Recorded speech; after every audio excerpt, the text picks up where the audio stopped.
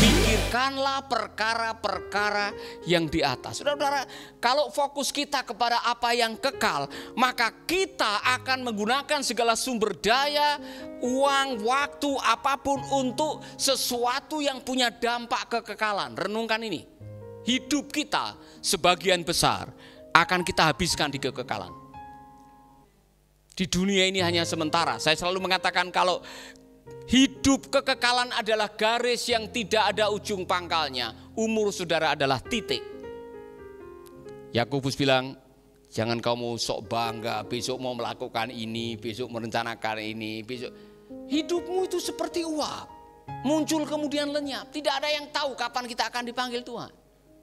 Saudara-saudara, hidupmu seperti bayang-bayang, muncul kemudian hilang. Rasul Petrus mengatakan hidupmu seperti rumput, kemuliaannya seperti bunga rumput, tumbuh kemudian layu. Tetapi pikirkan ini, hidup yang singkat yang digambarkan seperti titik, Anda bisa membawa dampak dan menikmati hasilnya waktu masuk di dalam kekekalan ketika hidup kita dipakai untuk memikirkan perkara-perkara yang di atas. Nah, tolong perhatikan baik-baik. Penulis kitab Pengkhotbah pernah mengatakan semuanya sia-sia. Yang kuliah di bawah muka bumi semua sia-sia. Di bawah muka bumi, di bawah matahari semua sia-sia. Benar, kalau kita pakai kacamata hidup sementara, semua sia-sia. Tapi kalau kita memakai kacamata kekekalan, mari kita menggunakan talenta, uang, waktu untuk melakukan apa yang kekal. Maka saudara-saudara, waktu kita masuk ke kekekalan dan kita menikmati apa yang kita lakukan di dunia pada waktu masuk di surga nanti. Nah, saya mau tanya, apa yang Anda lakukan di dunia ini dan bisa berdampak dan bisa masih dinikmati hasilnya pada waktu kita masuk ke kekekalan? Kasih tahu saya. Ya, berbuat baik. Ternyata kebaikan itu diperhitungkan di dalam kerajaan Allah. Maka lakukanlah perbuatan baik. Jangan jemu-jemu berbuat baik. Meskipun kebaikan saudara dizolimin orang atau dipandang jahat, jangan pernah berhenti berbuat baik. Nah, saudara-saudara, ini saudara akan ketemu dengan orang-orang seperti itu. Apakah gara-gara komentar mereka kita berhenti berbuat baik? Tidak. Mercy peduli akan tetap jalan meski banyak yang tidak peduli. Karena apa? Saya yakin Allah peduli. Oleh karena itu, fokuslah kepada apa yang membawa dampak pada kekekalan.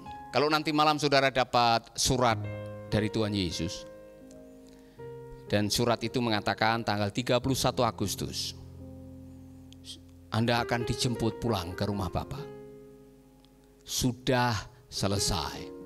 Ada waktu 1 minggu untuk saudara hidup. Dan di surat ini mengatakan selama 1 minggu lakukanlah hal yang paling baik, paling potensi, paling berdampak untuk kekekalan dalam hidup Anda.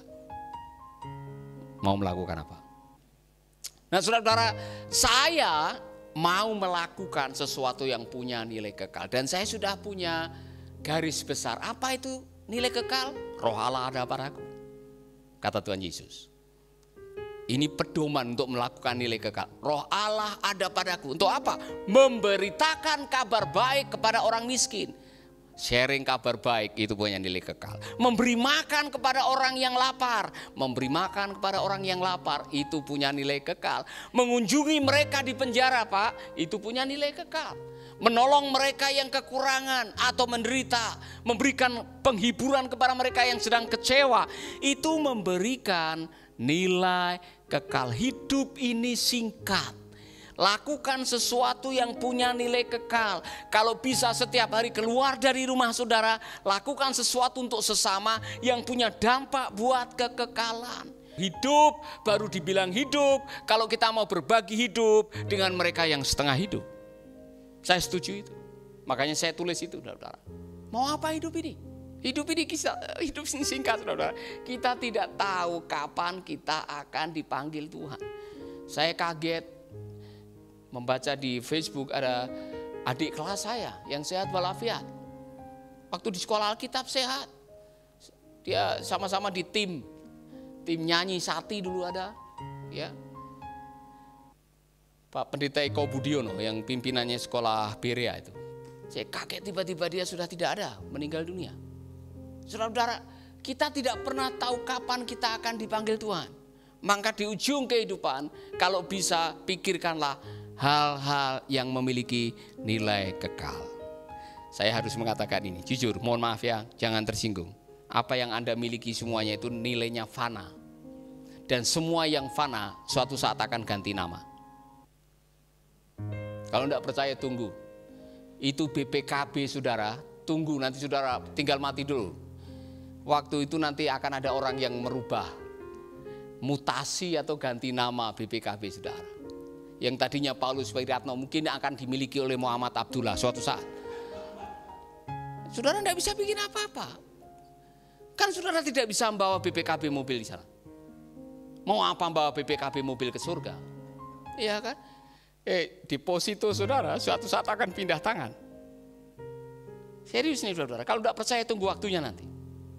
Ngapain saudara bawa deposito? Di surga tidak ada bank, tidak ada ATM. Jadi semua yang sifatnya sementara gunakanlah untuk nilai kekal. Maka muliakanlah Allah dengan hartamu. Caranya bagaimana? Pakai harta yang Tuhan titipkan sementara untuk melakukan sesuatu yang punya nilai kekekalan. Maka jangan pelit. Amin. Tengok teman saudara sambil melotot, jangan pelit. Bilang. Ya. Hidup ini singkat, saudara. Jangan pelit. Karena orang-orang yang pelit suatu saat, orang kikir, katanya orang kikir tidak ada bagian dalam kerajaan Allah tuh.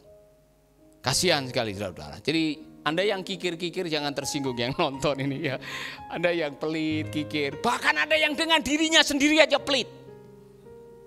Bertobat saudara. Hidup ini singkat. Kalau Anda punya berkat dan Anda berhak menikmati berkat Anda, itu adalah kasih karunia. Dengar baik-baik, pengkhotbah mengatakan ada orang yang memiliki tapi tidak pernah menikmati. Kasihan. Dia punya rumah 16. Rumahnya 16, kemudian dia tinggal di penjara Cipinang. Kan dia tidak bisa menikmati rumahnya, sayang. Apa yang kita lakukan? Berfokus kepada kekekalan.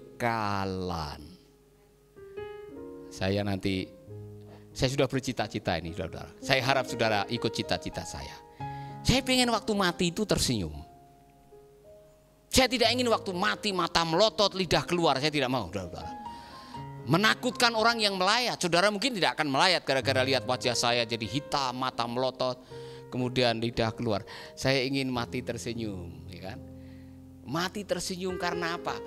Aku telah mengakhiri pertandingan dengan baik. Mengapa? Karena hidup saya sudah dihabiskan untuk melakukan apa yang bernilai kekal. Hidup ini singkat. Lakukan sesuatu yang berdampak pada kekekalan. Saudara-saudara, mengapa saya mengkhotbahkan ini sebagai sebuah peringatan? Karena kadang-kadang dalam kesibukan saudara lupa. Saudara lupa mengenai kekekalan karena sibuk mengenai keseharian. Saya selalu mengatakan, dengar, yesterday is a history, tomorrow is a mystery, and today is your presence. Presence, makanya today ditulis presence. Hadiah. Hari ini adalah hadiah dari Tuhan. Karena hari ini yang hanya kita punya adalah hanya hari ini. Besok belum tentu saudara memiliki, maka Yakobus bilang, jangan kau bilang saya mau ini besok, saya mau ini besok. Sedangkan kamu tidak tahu mengenai umur hidupmu. Kamu tidak tahu mengenai hari esok. Ya kan? Atau saudara menghabiskan hari ini untuk mencemaskan hari esok atau menyesali hari kemarin, saudara rugi. Maka saran saya, karena hidup ini singkat dan keabadian panjang, lakukanlah hari ini. Segala sesuatu yang kau lakukan, lakukanlah seolah-olah untuk Tuhan. Segala sesuatu yang Anda lakukan, pikirkanlah apakah ini benar, apakah ini besar, apakah ini punya nilai kekal. Ketika apa yang kita lakukan benar, besar, dan punya nilai kekal, saudara melakukan dengan sukacita, maka Tuhan yang Maha Besar, Tuhan yang maha benar, Tuhan yang hidup dalam kekekalan, Dia pasti akan menolong saudara untuk mencapai apa yang saudara lakukan. Amin. Amin saudara-saudara. Saya tidak tahu situasi saudara, tapi kalau saudara mengatakan Pak Paulus itu yang saya mau, saudara-saudara, saya ulangi,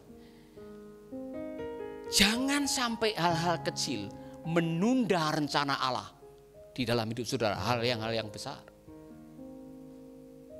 Kalau ingin membunuh tikus di kamar, ada tikus di kamar saudara, jangan bakar rumah. Ya kan? Cukup beli obat tikus. Kalau ada hal yang kecil yang kadang-kadang Tuhan izinkan sebagai pembelajaran, jangan sampai waktu kita, pikiran kita, emosi kita habis hanya untuk yang kecil-kecil. Saya peringatkan untuk ibu-ibu, jangan sampai kedamaian rumah tanggamu dan pernikahanmu terganggu gara-gara masalah sepele, ya kan? Ini saya mau kasih tahu, hanya masalah nyamuk satu di rumah, ya kan? Anda akhirnya bisa marah atau Anda tidak bisa tidur semalam-malaman hanya mikirin satu nyamuk. Hanya mikirin kekurangan pasangan saudara, Anda lupa kelebihan-kelebihan yang dimiliki oleh pasangan Anda. Itu bisa terjadi. Dalam hidup ini yang namanya manusia selalu ada kekurangannya. Nah, kalau tiap hari kau selalu memfokuskan kepada Pak Roni ini kalau dikajak ngomong kadang-kadang dia tidak dengar, dia sudah mulai budak misalkan aja. Iya kan? Kemudian saudara bilang budak, kamu tiap hari ngomong budak, dia akan stres. Telinga satunya kan tidak budak, ngomong dari samping.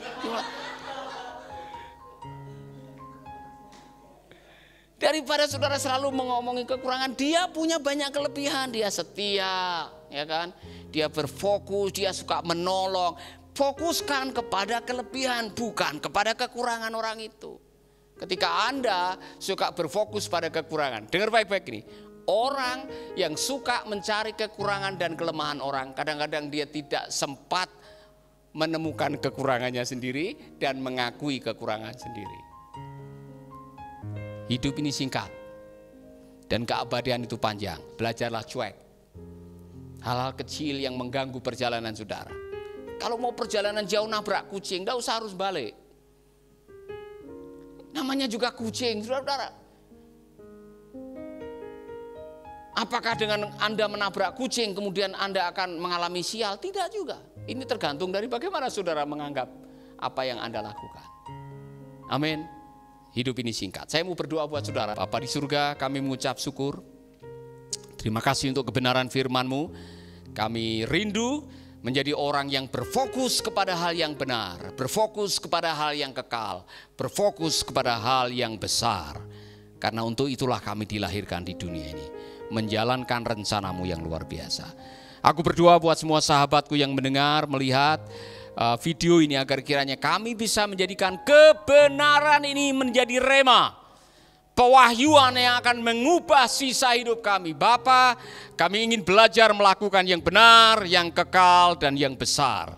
Di dalam nama Yesus kami berdoa. Amin.